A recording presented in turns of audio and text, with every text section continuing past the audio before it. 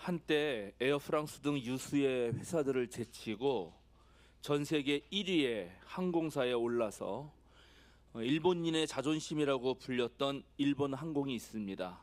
우리가 흔히 잘이라고 부르죠. 이 회사는 꿈의 직장이라고 불리면서 수많은 엘리트들이 입사했지만 2010년 관료주의와 방만 경영으로 인해서 20조 원이 넘는 부채 속에서 결국 파산 직전의 위기에 몰립니다. 이를 그냥 지켜만 볼 수 없었던 일본 정부가 백발의 경영인을 찾아가 도움을 요청합니다. 부패한 일본항공은 절대 살릴 수 없다라고 하는 주변의 만류에도 불구하고 이 원로 경영인은 정부의 제안을 수락합니다. 만약 부패한 일본 항공마저 바꿀 수 있다면 곤경에 빠진 모든 일본 기업이 우리도 할 수 있다 하면서 분발할 것입니다.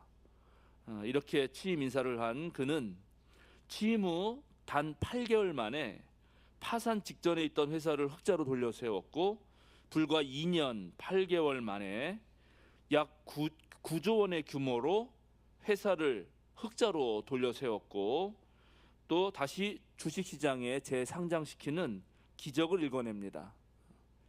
이 사람은 살아있는 경영의 신이라고 불렸던 교세라 그룹의 창업자 이나모리 가즈오입니다. 그가 어떻게 방만 경영과 관료주의에 찌들 대로 찌들어서 회생 불가했던 그런 평가를 받았던 일본 항공을 다시 세울 수 있었을까요? 많은 사람이 경영의 성패는 기술, 자본 또는 아이디어에 달렸다고 그렇게 생각하지만 당시 일본의 자본금 약 300만 엔 정도로 교세라라고 하는 회사를 세계 100대 기업으로 키워낸 이 가즈오 회장의 생각은 좀 달랐습니다. 기업의 흥망성쇠는 리더의 인격에 의해서 결정된다. 경영자는 경영을 통해서 수행하는 사람이며 인격 수양이 없으면 타락은 순식간이다. 그러니까 가즈오 회장은 뛰어난 기술과 아이디어보다도 회사의 운명에 가장 중요한 영향을 미치는 것은 역시 리더들의 인성이라고 생각하고 일본 항공에 취임한 후에 리더 교육에 모든 힘을 쏟습니다. 엘리트 의식이 강했던 일본 항공의 임원들은 현장에는 전혀 관심이 없었고 오직 내부 정치와 기득권을 지키는 일에만 몰두하고 있었습니다. 이를 알아차린 가즈오는 리더로서 어떻게 행동하느냐를 직접 가르치면서 임원들의 의식을 바꾸기 위해서 혼신의 힘을 다했는데 그가 강조한 내용들은 사실 보면 그렇게 특별한 건 아니었습니다. 거짓말하지 마라. 남에게 피해 주지 마라. 정직하게 행동하라. 욕심을 부리지 마라. 자기 것만 생각하지 마라. 도덕 교과서에 나올 법한 내용을 임원들에게 주문했는데 그러니까 엘리트 코스를 밟아온 임원들이 그걸 누가 모르냐 그러면서 반문하는 사람도 있었습니다. 그런데 가즈오는 알지만 실천하는 사람이 적다. 리더가 되기 전에 먼저 사람이 되라. 그렇게 말하면서 이 기본적인 원칙들을 행동으로 제대로 옮기라고 아주 단호하게 요구합니다. 그래서 임원들의 행동이 조금씩 변화됐고 이제 회사의 분위기마저 달라집니다. 가즈오는 여기에서 멈추지 않았습니다. 경영자가 아무리 열심히 한다 해도 혼자 하는 데는 다 한계가 있죠. 그래서 이제 임원들이 어느 정도 정리가 되니까 기업 구성원들 한 명 한 명을 찾아다니기 시작합니다. 그런 일본 항공의 취임식에서 회사의 경영 목표는 이익이 아니다. 이 회사를 구성하는 모든 사람들이 물심양변해서 행복하게 되는 것이다 라고 선언했고 그와 동시에 이제 78세의 노구를 이끌고 무보수로 현장 곳곳을 다니면서 직원 한 명 한 명에게 직접 본인이 맡은 업무가 얼마나 중요한 것인가를 설득합니다. 그는 임원들에게는 엄격한 도덕적 가치를 요구했지만 현장 직원들에게는 그들이 하는 일이 얼마나 숭고한지 정말 그리고 회사의 주인은 여러분들이라는 사실을 진심으로 설득합니다. 그러자 이번에는 직원들의 마음도 바뀝니다. 그렇게 해서 약 3년 동안 일본 항공을 완전히 살려놓은 다음에 가져오는 교세라로 다시 돌아갑니다. 그가 말합니다. 우리는 자본주의에 필요한 경영 리더십이 무엇인지 진지하게 고민해야 합니다. 지금의 경제 위기는 단지 이윤만을 추구하는 과도한 탐욕 때문에 발생했습니다.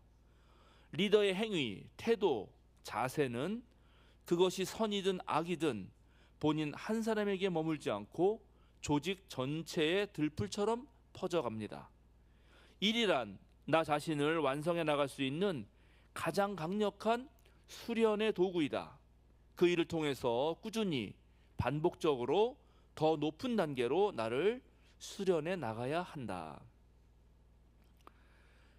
새해가 밝고 벌써 한 달이 지나서 세 달이 되었습니다. 올해 우리 향림교회가 1년이 지났을 때 성장과 성숙의 길을 걸어가게 될까요? 아니면 그저 현상 유지하거나 또는 새로운 좌절과 절망으로 빠져들게 될까요? 가조회장의 이론에 따르면 지도자의 인격과 구성원들의 열정이 공동체의 생사를 가른다라고 말하고 있죠. 교회가 회사는 아니겠는데 그런데 회사조차 도덕성과 열정의 회복을 말하고 있다는 사실에 우리는 주목해야 합니다.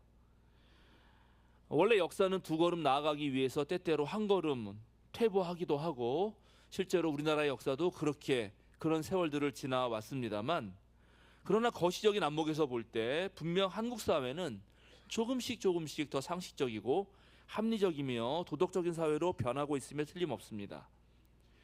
구한말 조선의 도덕성이 타락하고 또 지도자들마저도 타락해서 백성들의 삶이 도탄에 빠졌을 때 그때 들어온 그리스도교는 이 땅의 사람들에게 분명한 삶의 지침을 주었고 구원의 빛이었습니다. 그런데 지금은 도리어 이 사회가 그리스도교를 걱정하게 되었습니다. 시대를 앞서가기는커녕 오히려 시대의 변화에 따라가지 못하고 시대의 발목을 잡고 있는 그런 형국이 되었습니다. 그럼 우리 향림교회가 시대의 흐름에 발맞추고 나아가서 시대에 앞서서 소금과 빛의 역할을 해야 되는데 우리마저 그러지 못한다면 우리 미래도 밝을 수가 없는 것입니다. 왜 한국교회가 이 지경이 되었을까? 저 어릴 때 시골교회에서 교회를 다닐 때만 해도 동네 사람들이 참 교인들 좋아하고 목사님들 존경했는데 왜 이 지경이 되었나? 정말 회생의 길이 있을까요? 여러분 어떻게 생각하십니까? 저는 있다고 생각합니다. 간단하죠. 가조 회장의 말처럼 그리스도인이 지녀야 할 인격을 갖추면 됩니다. 오늘 우리가 읽은 갈라디아서 본문에서 바울 사도는 그리스도인이 어떤 사람들인지에 대해서 명확히 밝히고 있습니다. 그리스도인이란 예수 그리스도와 함께 십자가에 자신을 못 박은 사람, 그래서 자기 삶이 아니라 모든 사람을 위해서 자기를 내어주신 그 하나님의 아들을 믿는 믿음으로 그 믿음으로 내 믿음을 삼아서 그렇게 똑같이 살아가는 사람이라고 말합니다. 이 시간 우리는 솔직하게 나 자신에게 물어봐야 합니다. 그럼 나는 지금 나의 삶을 살고 있는가? 아니면 내 안에 계시는 예수의 삶을 살고 있는가? 내 맘대로인가? 아니면 하나님의 뜻을 따르는가? 오늘 우리가 읽은 요한복음서에서 예수께서는 두 가지를 말씀하십니다. 하나는 자신을 본 사람은 곧 하나님을 보았다는 것. 둘째는 하나님과 예수님이 하나라는 것을 진정으로 믿는 사람은 예수님보다도 훨씬 더 큰 일을 할 수 있다는 것입니다. 오늘 우리가 읽지는 않았지만 14장 20절에는 매우 중요한 한 말씀이 있습니다. 그날에 너희는 내가 내 아버지 안에 있고 너희가 내 안에 있으며 또 내가 너희 안에 있음을 알게 될 것이다. 오늘 우리가 읽은 본문에서 예수님은 하나님 안에 있고 또 하나님은 예수님 안에 있다는 그 말씀처럼 이제 우리 또한 예수님 안에 있고 예수님 안에 우리가 있다는 것이죠. 그러면 예수님과 하나님이 하나이듯이 우리 또한 예수님과 하나라는 것이고, 그렇게 된다면 정말 충격적인데 우리는 하나님과도 하나라고 요한복음서 저자는 말하고 있는 것입니다. 요한복음서 예수님은 10장 34절에도 같은 취지의 말씀을 반복하시는데, 자신과 하나님이 하나라고 하는 예수님의 말씀을 듣고 유대 사람들이 돌을 들어서 예수님을 치려고 합니다. 그러면서 이렇게 말하죠. 우리가 당신을 돌로 치려고 하는 것은 당신이 하나님을 모독했기 때문이요, 당신은 사람이면서 자기를 하나님이라고 하였소. 그러니까 예수님이 대답합니다. 당신들의 율법에 내가 너희를 신들이라고 하였다 하는 말이 기록되어 있지 않습니까? 하나님의 말씀을 받은 사람들을 하나님께서 신이라고 하셨습니다. 오늘 요한복음서의 말씀은 예수님의 고별 설교 중에 한 부분입니다. 즉, 이 땅에 제자들만 남았을 때를 생각하면서 예수님이 하신 유언 같은 말씀이죠. 우리가 예수님을 통해서 하나님을 만나게 되었듯이 이제 우리 모습을 통해서 예수님이 드러나고 결과적으로 하나님이 드러나야 한다는 그 말씀을 예수님이 하고 계시는 것입니다. 물론 우리는 잘 알고 있습니다. 여러분과 저는 분명한 사람이죠. 그냥 사람이 아니라 실수하고 욕심 많고 자기 것만 챙기고 질투하고 아주 작은 일에도 삐지고 서운해하고 그런 부족한 사람이라는 것을 우리는 너무 잘 압니다. 그러나 예수님은 또 다른 면을 말씀하시고 계시는 것입니다. 우리 안에는 이미 하나님의 형상이 오롯이 담겨 있다고, 서로 사랑하는 그 능력 속에서 많은 것을 해낼 수 있다고, 하나님의 자녀이기 때문에 무엇이든 저 위로부터 하나님으로부터 받아낼 수 있다고, 그리고 그 사실을 기억하라고, 그것을 꺼내어서 여러분 삶에서 이용하라고, 그렇게 예수님이 말씀하시고 계시는 것입니다. 우리는 올 한 해 마치 알에서 병아리가 부화하고 또 고치에서 나비가 날아오르듯 어떤 면에서는 이 세상의 종에서 또는 육신의 종에서 성령의 사람으로 거듭나는 그런 생명의 모험을 해야 될 것입니다. 우리의 욕심도 세월의 흐름에 따라서 변하고 또 우리의 영적인 안목도 신앙의 연수에 따라서 확장되어야 합니다. 그런데 어른이 되어도 여전히 애들 버릇을 버리지 못하는 성인 아이가 내 마음속에, 내 어디 한 구석에 웅크리고 있듯이 교회 생활을 아주 오래 해도 여전히 미성숙한 신앙에 머물고 마는 그런 교인들도 있습니다. 어른이면 어른답게 속 깊은 지혜와 또 아량을 지녀야 하는데 놀랍게 점점 옹졸해지면서, 그래서 젊은이들에게 하는 말마다 꼰대 같은 말만 하는 그런 사람들도 있고, 또 신앙이 익으면 익을수록 훨씬 더 그 사랑이 넘쳐나야 하는데 도리어 정죄와 심판, 몰상식과 답답함으로 예수님의 얼굴에 먹칠하는 이들도 있는 것입니다. 그래서 이제 우리는 다시 한번 새로운 해에 새롭게 거듭나야 합니다. 1961년 4월 12일 인류는 역사상 최초로 우주선을 타고 우주로 날아가게 됩니다. 엄청나게 드넓은 그 우주에서 지구를 처음으로 바라보게 된 것이죠. 처음 우주로 날아간 유리 가가린을 비롯해서 지난 반세기 넘게 저 광활한 우주로 가서 지구를 바라보았던 모든 이들은 하나같이 작고 푸른 그 지구의 모습에 아주 완전히 매료됩니다.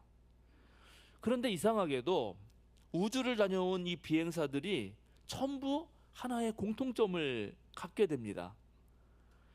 자신들이 이루어낸 그 업적에 대한 성취감, 그리고 자부심, 우주로 나갔다고 하는 그 놀라운 감격에 도취되어 있을 것 같은데, 그런데 오히려 우주를 갔다 와서 훨씬 더 겸손한 사람이 된 것입니다. 자신의 업적을 자랑하기보다는 오히려 자신의 주변과 자연환경을 더욱 아끼고 보호하고 매우 소중하게 여기는, 모두가 그렇다는 사실을 발견하게 되었습니다. 어떻게 이런 일이 생긴 걸까요? 우주 비행사들은 우주에서 지구를 본 그 시각적 경험이 자신의 운명과 가치관을 바꿨다라고 증언합니다. 수많은 경쟁과 갈등, 그리고 각종 문제들 속에서 끊임없이 고군분투하고 또 열심히 악착같이 살았던 그래서 자신의 일상에서 겪어야 됐던 그러한 어떠한 어려움들, 상처들이 놀랍게 우주라고 하는 넓은 관점에서 보니까 매우 사소하게 느껴졌다는 것입니다. 아폴로 14호의 에드가 미첼이라는 그 비행사는 우주에서 지구를 보면서 전 우주가 연결되었다라는 것을 느꼈다고 말했고, 실제로 다시 지구에 돌아와서 고요와 평화를 연구하는 연구소도 세우게 되었습니다. 이후 작가 프랭크 파이트가 아주 높은 곳에서 큰 그림을 보고 난 다음에 자기 가치관의 변화가 일어나고 보다 폭넓은 관점에서 세상을 바라보게 되는 이 우주 비행사들의 경험을 오버뷰 이펙트라는 말로 명명하게 됩니다. 즉 많은 심리학자는 이 오버뷰 이펙트처럼 한 개인이 세상을 바라보는 그 관점만 바꿔도 실제로 우리 삶에서 변화가 일어난다는 사실을 말하고 있습니다. 사랑하는 향림교회 여러분, 하나님을 믿는다는 게 뭘까요? 눈에 보이지 않는 하나님을 믿는다는 게 도대체 뭘까요? 하나님 믿고 거듭나라고 하는데 거듭난다는 게 또 뭘까요? 아마도 우주 비행사들이 창백하고 푸른 정 같은 그런 지구를 보면서 자기의 오만함을 버렸듯이 우리 역시 영혼의 관점, 절대적 지평에서 다시 우리 삶을 조망하는 것 아닐까 합니다. 지금 우리를 괴롭히는 악의 다툼과 상처들은 어떤 면에서는 하나님의 거대한 경륜 속에서 아주 작은 미미한 조각에 불과할지도 모르겠습니다. 거듭난다는 것은 내 시력에 머무는 것이 아니라 하나님의 시선을 얻는 일 아닐까, 그렇게 생각해 보는 것입니다. 우리는 이미 영생을 얻은 사람들입니다. 우리는 하나님으로부터 와서 하나님께 함께 살다가 또 하나님께로 가죠. 우리의 삶도 신비이고 죽음도 신비입니다. 사실 우리는 죽음에 대해서도 잘 모릅니다. 그래서 우리는 생물학적 죽음이 우리의 존재의 끝은 아니라고 생각합니다. 그리스도 예수 안에서 우리는 소멸하는 것이 아니라 어쩌면 새로운 생명의 차원으로 거듭나고 있는지도 모르겠습니다. 새해를 맞이하면서 여러분들은 아마 많은 새로운 다짐들을 하셨을 것입니다. 혹시 그러한 많은 다짐들 속에 내 삶으로 내 가족과 내 이웃과 이 우리 사회에 하나님을 보여줘야겠다, 이렇게 다짐하신 분 계신가요? 손을 들어 표해 주십시오.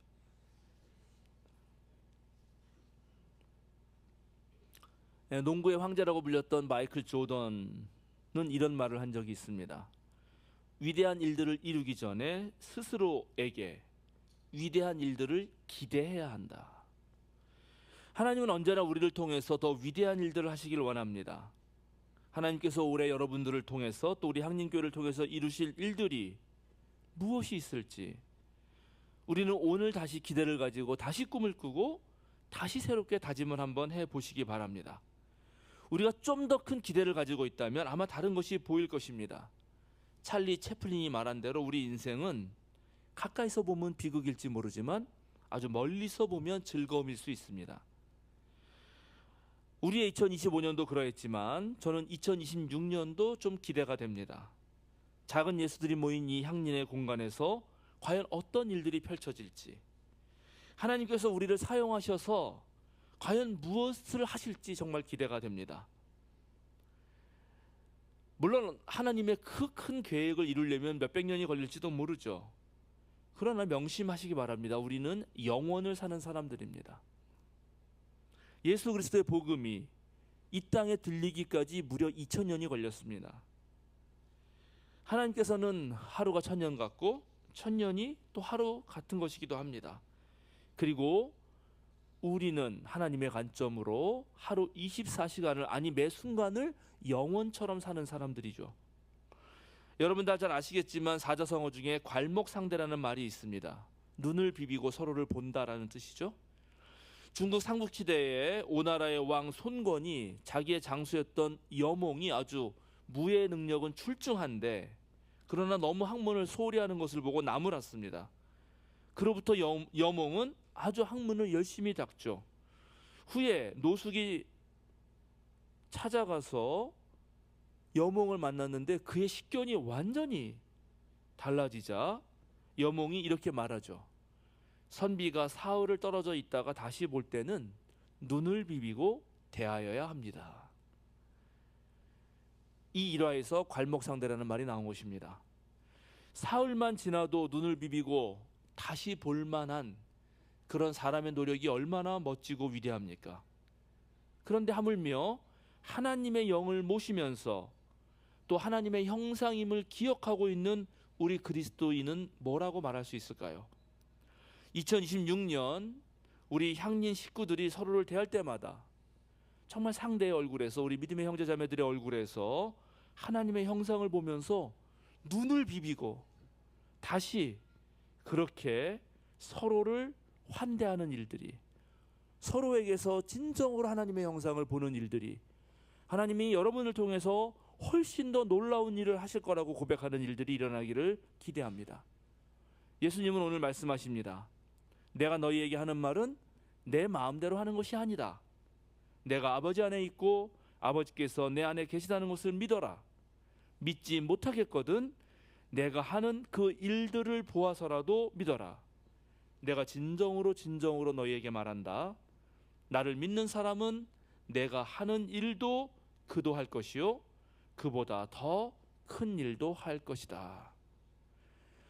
2026년 한 해 하나님께 예수 그리스도의 이름으로 무엇이든 여러분 한번 구해 보시기 바랍니다. 그리고 예수가 하신 그 일들을 통해서 하나님을 만나시기 바랍니다. 그리고 우리 모두 예수님의 가르친 대로 한번 살아봅시다.